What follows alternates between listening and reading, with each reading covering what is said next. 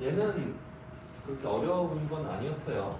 그냥 고전 시가만 나온 것도 아니고 설명들도 같이 나와서 읽는데 도움을 좀 줬죠. 문제 3개짜리였고 근데 너희들이 이때 당시에 수험생보다 더 어려운 조건에서 푼 거다. 왜냐면 수특에 하나는 나와. 고전 시가가 이렇게 2개 나오면 한 작품은 나오니까 그때 당시 수험생이라면 한 작품을 공부를 하고 들어간 거지. 이거 좀 돌아가고 있니?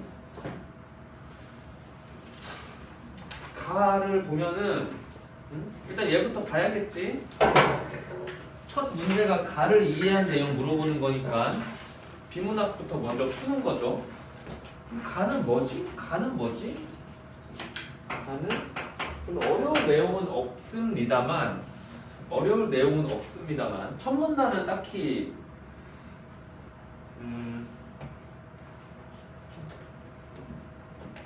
정리는 합시다. 인간이 궁중으로 편입되면서 뭐 고려 소교가 되었고 뭐 이런 이야기를 하고 있잖아. 근데 민간이 사랑 노래인데 어떻게 편입이 되냐라고 하니까 여기서 이야기하는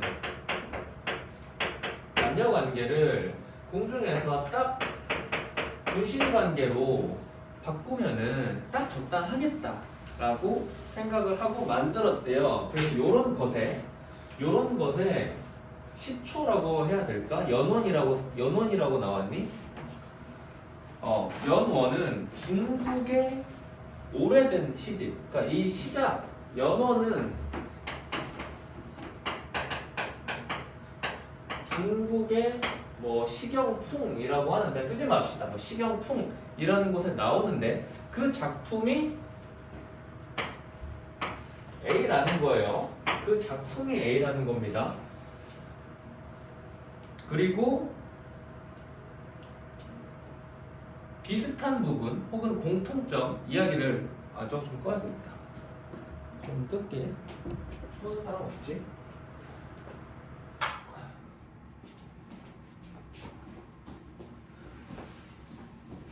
그래서 쭉 이야기를 해요. 이런 이야기들을 쭉 합니다. 쉬운 이야기들이지. 쉬운 이야기들이 쭉 이어지고 한편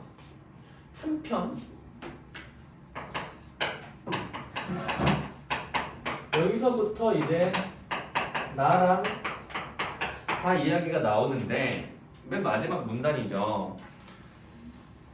구별되는 특성을 가지고 있대요. 그 앞부분은 비슷한 공통점을 이야기했고 특히 풍의 특징에 집중해서 이야기를 했다면 고려소교가 풍과 구별되는 차이점이 무엇이냐라고 해서 기역, 니은, 디귿을 나열을 해줬지만은 기역, 니은, 디귿 나열을 해준 게 아닙니다. 2가지를 나열을 해줬는데 이 안에 기역, 니은, 디귿이 있는 거예요. 첫 번째는 형식적 장치인 거고 두 번째가 그리고부터야. 그리고 궁중 연향을 고려한 것으로 보이는 특정한 부분. 궁중 요게 기역인 거고 요게 니은이고 요게 디귿인 겁니다. 그래서 동동이랑 가시리를 읽어보면 고전 시가를 우리가 이제 완벽하게 읽어내면 좋겠지만은 그럴 일은 별로 없어요. 나도 수험생 때 제대로 고전 시가를 다 읽어내본 기억이 없어. 항상 맥락을 찾아가지고 뜻을 이어냈을 뿐이지. 잘 못 읽어도 돼. 근데 고전 시가는 해석을 못해도 결정적인 특징이 있어. 그냥 여기 써져 있는 대로 발음을 하다 보면은 우리 현대어랑 비슷한 녀석들이 많이 생긴단 말이야. 걔들을 바탕으로 이어주면 되는데 나의 서사를 보면은 뭐 잘 모르겠어요. 하지만 덕이랑 복이란 녀석은 알죠. 덕이랑 복이란 녀석이 나오고 그 그리고 똑같이 나오고 있습니다. 덕과 복을 비는 내용이죠. 덕과 복을 비는 내용. 왜 이렇게 추측을 할 수 있냐면은 이미 가에서 이렇게 생각할 수 있는 내용을 줬기 때문이야. 그리고 정월령에서 시를 배울 때, 이 동동이라는 작품을 배울 때는 날인물이 중요한 단어라고 배웁니다. 하지만 모의고사를 보는 우리한테는 날인물이라는 단어를 읽어봤자 이게 무슨 뜻인지 모른다 이거야. 날인물이 중요한 게 아니고 맨 마지막 하는 뒤 이게 중요한 겁니다. 뭐 날인물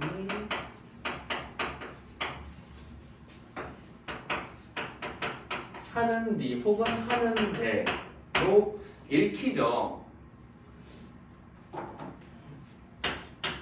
이렇게 역접이 들어가고 어쩌고 저쩌고 하는구나, 어쩌고 저쩌고다라고 하면은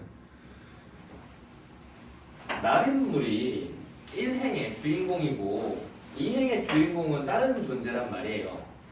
날인물이랑 1행은 대조되는 거지. 날인물이 이렇게 되는데 누릿 가운데 나곤 몸하, 몸이 홀로 있다. 홀로. 그래서 이 몸, 근데 여기 동그라미 칠 그게 아니죠. 긍정적인 건 아니니까. 몸이랑 날인물이랑 서로 작품을 배울 때는 화자의 처지와 대조되는 시어다라고 배워요.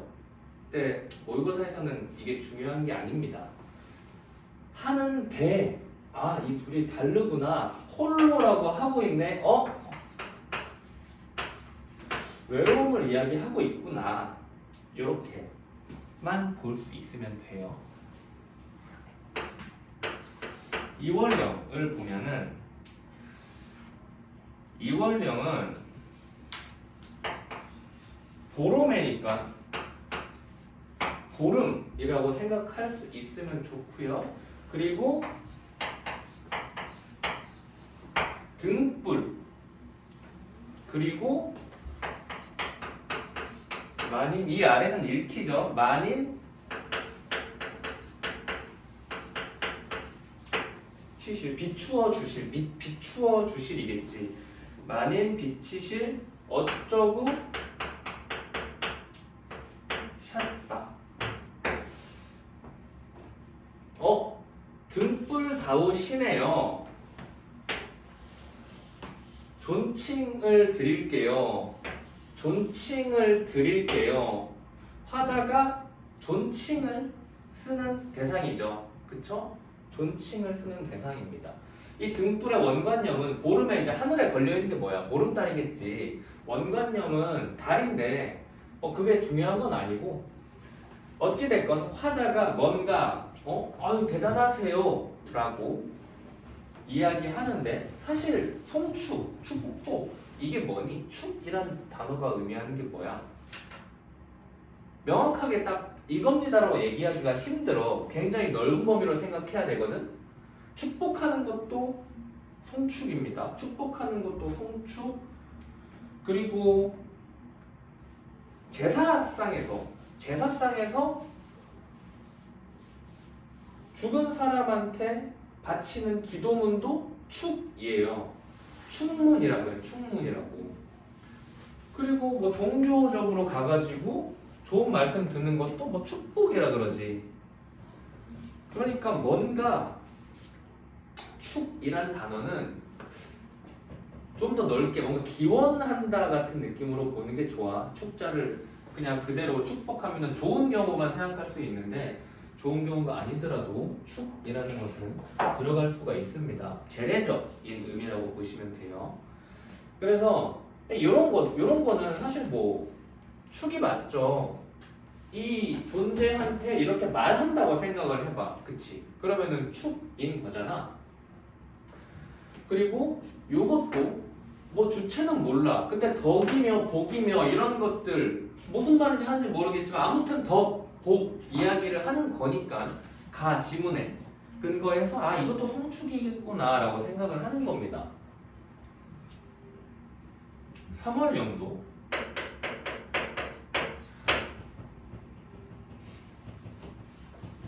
개자가 이제 펼개자 혹은 필개자지, 그치? 도래포지역 꽃이 만춘, 봄이 거의 끝나갈 때입니다. 봄이 거의 다 차질 때. 봄이 다 차게 되면 뭐가 오죠? 여름이 오죠. 봄이 거의 다 찰 때 도래꽃, 이게 진달래꽃일 텐데 요 꽃이 폈습니다. 근데 이 뒤는 뭐 잘 안 읽혀요. 근데 뭐 읽어보면 뭐 부러워할, 남들이 뭐 부러워할 것을 뭐 가지고 나셨다 뭐 이런 이야기인데, 이것도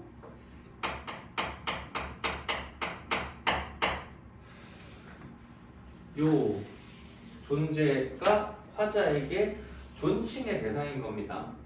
그래서 얘도 비슷하게 생각을 해주시면 돼요. 그냥 전혀 아예 아무것도 모른다고 생각하고 최소한만 읽고 이렇게 본 거예요. 물론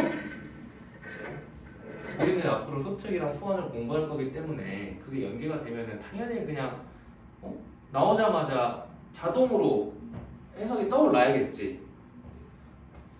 근데 안 된다?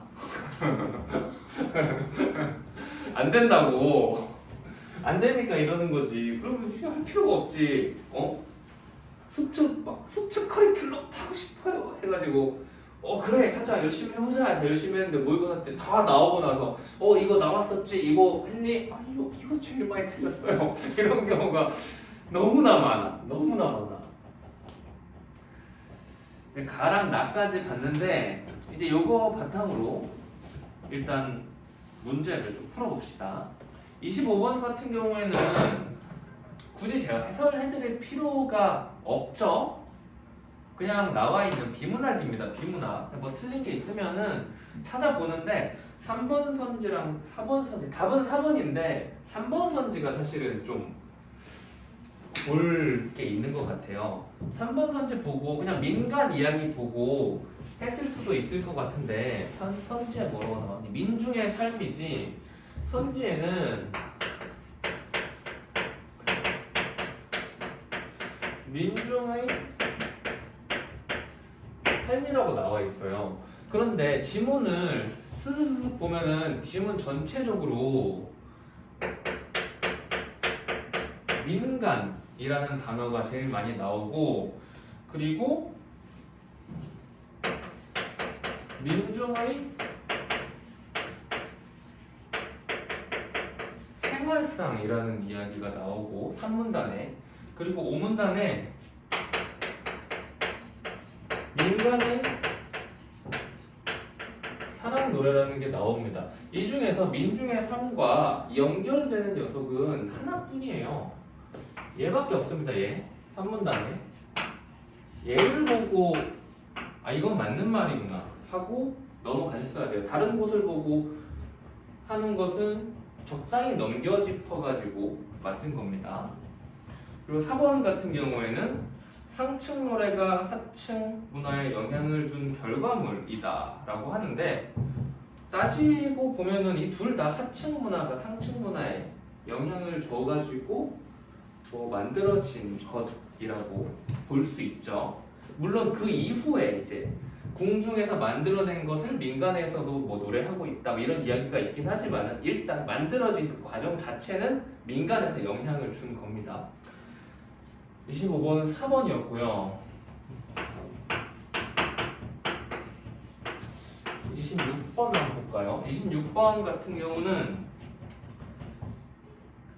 이것도 그대로 해주면 됩니다. 작품 전체에 통일성을 부여하는 기능은 나와 자에서 항상 맨 아래, 맨 마지막 줄에 있는 거예요. 아의 동동다리랑 위 징질 같은 평성대. 1번 보시면은 아의 동동다리는 기억의 예로 볼 수 있다.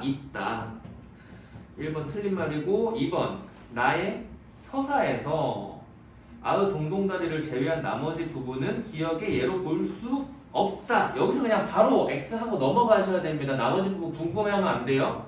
3번 나의 서사에서 아의 동동다리를 제외한 나머지 부분은 송축의 내용으로 볼 수 있다 해서 체크하셔야 됩니다. 재밌는 것은 나의 서사에서 답이 나왔어요. 서사에서 답이 나왔어요. 다른 거 보게도 안 했어요. 그러면 이제 이 다음 문제에서 나올 텐데, 자, 이것도 그냥 일단 우리 A랑 나는 지금 봤잖아. A랑 나는 지금 봤잖아. 그러니까 그냥 풀어보자고. 풀어봐서 풀리면은 내가 여러 가지가 이제 한 선지에서 여러 가지를 물어보는 거는 일단 분할해가지고 먼저 할 수 있는 것부터 하면 된다 그랬죠. 얘는 가 참고하여 A. A는 그냥 한글 해석이 다 있으니까 제일 편한 거잖아. A만 일단 확인을 해봐. 27번은 A만 확인을 해서 쭉 한번 걸러내고 맞는 녀석들이 여러 개가 있으면은 걔들 가지고 오른쪽에 나머지 부분만 확인해주면 돼요. 1번 A에서는 자연과 인간 간의 조화로움이, 이거 그냥 지문에 나온 말입니다. 지문에 나온 말이에요. 그래서 그대로 동그라미 치면 되고요. 2번 물소리 한 쌍은 긍정적 가치를, 민중이 긍정적 가치를 부여하는 대상 맞죠? 그리고 3번 화락의 상황, 화락이 뭔지 모르겠지만은 보면은 부부간의 화락이라는 단어가 그대로 나와 있어요. 그래서 동그라미. 4번 A에서는 제1행과 제2행이 대상의 변화에 따른 대칭 구조를 이루고 있군이라고 하는데 1행과 2행에서 대상이 변하고 있지 않아요. 1행, 2행이랑 3행, 4행 이렇게 묶으면은 대상이 변화하고 있다고 볼 수 있지만은, 그래서 4번이 답이고 나머지가 볼 필요 없게 된 겁니다. 25, 26, 27 다 통틀어가지고 다시를 애초에 볼 이유가 없었네. 그치? 근데 다시에 대해서 살짝만 이야기를 해보면은 지금 여기가 송축이고 여기가 이별의 상황과 동떨어진 상황이라고 했잖아요. 여기가 송축이고 여기가 동떨어진 상황이라고 했는데, 다시는 얘는 있어. 얘는 있는데 전부 다 헤어진 상황만 이야기하고 있어. 그래서 송축도 안 나와 있고 동떨어진 상황도 안 나와 있는 거야.